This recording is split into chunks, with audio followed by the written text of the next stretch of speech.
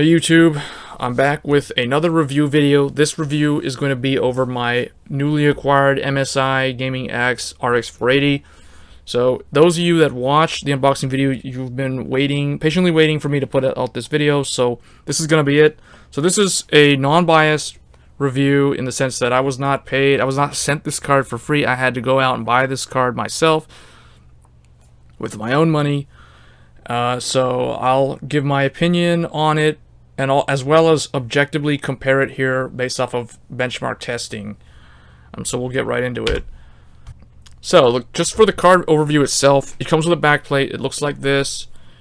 It does support Crossfire, and there's no Crossfire bridge anymore. AMD actually did away with that a long time ago, back when the 290 and 290X came out in 2013. So literally like 3 years ago, the Crossfire bridge. They're moving in the right direction by removing it. You can see you get two DisplayPort 1.4 and you get two HDMI. The reason why there's two HDMI, these HDMI are HDMI 2.0, so these can drive 4K TVs at 60 Hertz, so it's really nice. And you get the DVI port also, which was missing on the reference card. So everything about this custom card, just from the card itself, the hardware standpoint, is just miles better than the reference card. And we'll see the results in terms of the noise figures and stuff like that in the graphs later. One note on the RGB.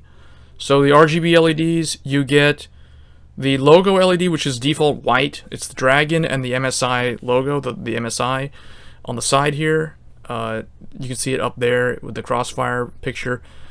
That is RGB, but the red LED looks like dragon claw marks. They're all only red. They can't change. However, you can program them to either be off, or you can change the behavior. You can make it breathe, flash, whatever. So for the test setup, we're using a Corsair 600T. That's the case that I'm using.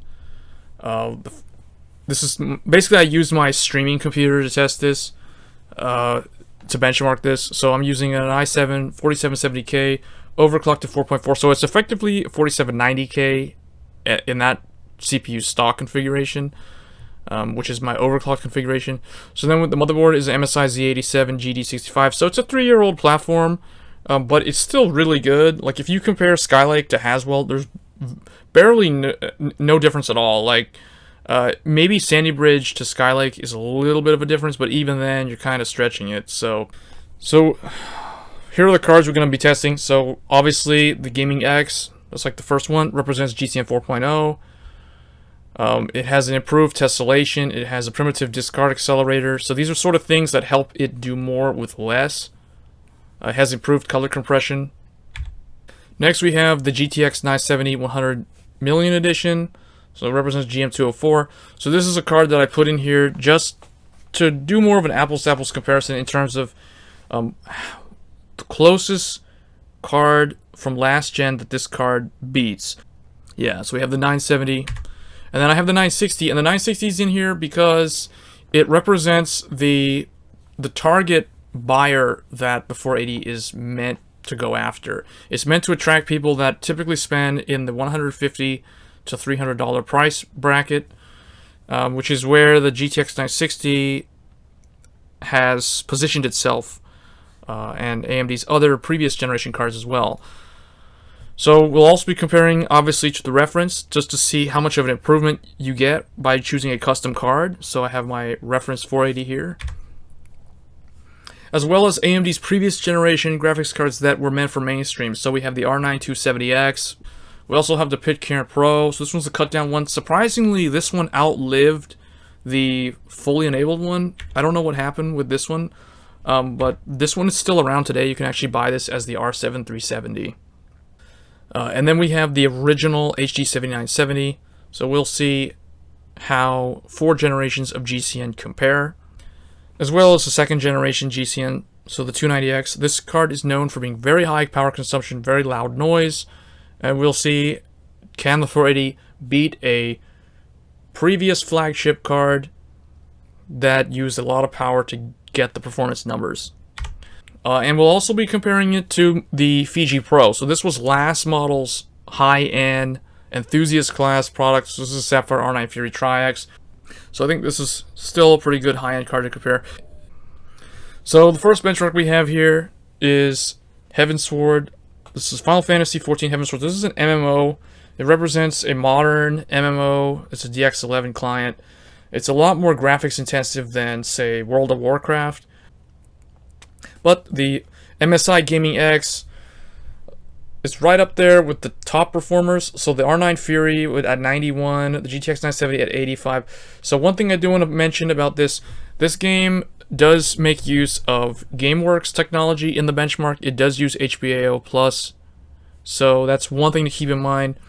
And some of the scenes in the test are very tessellation heavy. So that I think that's the reason why the 970, if I had to guess, that's the reason why the 970 does edge out the 480 in this benchmark. Next we have Tomb Raider 2013. So this represents a third-person adventure game. So I still don't have Rise of the Tomb Raider. Rise of the Tomb Raider, I'll probably pick it up at some point once it goes on sale. But this one's still a pretty good one to show overall how the card performs. So the Gaming X averages 91 FPS, so it does improve over the reference 480. That's because of a higher boost clock, and because it, as we'll see, it maintains a higher. It maintains that boost clock all the time compared to the 480, which kind of like the fluctuations of the reference card kind of impact the performance. Next we have BioShock Infinite. Again, just like the Tomb Raider 2013, this is a 2013 release game, but you can see 98 FPS overall. That's like 5 FPS over reference. That's very good, and that's without any overclocking. BioShock Infinite is another game that does make use of quite a bit of geometry, and it's not as compute heavy as some other titles, but it's very playable on a lot of even the older cards. Next I have Metro Last Light. So this is just the original Metro Last Light. This isn't Redux. So again, it performs a lot nicer than the reference card, probably because it's not, I would say it's not power limited compared to the reference card, which is probably why it performs 4 FPS better. But overall, it's still really good. It handily beats the 970, even the 290X, with that really wide 512-bit memory bus. Also does manage to get edged out by the MSI Gaming X. Next we have the Talos Principle. So I tested the DX11 client because overall the DX11 client is the most stable one, and it's the one that actually has the best numbers compared to like the Vulkan implementation and the I think they're also planning to do DX12. I think they may already even have that. But anyway, I tested DX11. Clearly you can see that it does do very good, 94 FPS, so 3 FPS over the reference. So it's a pretty good marginal improvement. Moving on to Hitman Absolution. So this is Hitman Absolution, not Hitman. If it was Hitman, I think all the frame rate across the board would probably tank a little bit, but if we were using DX12 on the new Hitman, it would probably go up slightly. But as you can see here, Hitman is very well optimized, 79 FPS, so versus 75 on reference, and versus 60 on the 970. So again, keep in mind you want to be comparing the 480 to the 960. Don't just pay attention to the 970, but also look at the 960, because again, when the 960 launched, it was a $250 graphics card, and this card is clearly like about 70% faster. Now we'll move on to power consumption. So this is power consumption of the entire system. So we can see that the MSI Gaming X uses about 30 watts more than the reference card at stock configuration. So out of the box it's using 30 watts more, and it's 30 watts honestly isn't that big of a deal. Like, yes, it uses more power, but at the same time you're getting a lot better performance, you're getting a lot stable, you're getting a more stable boost clock, and just an overall better built card. So I would say that like the slight increase in power consumption for this card, for the amount of performance, and for the price that you're paying, it's like completely justified. Next, for fan noise, this is probably one that a lot of people are wanting to see. So this is measured in decibels. So in terms of the noise, you can see that the reference card generated about 41 decibels.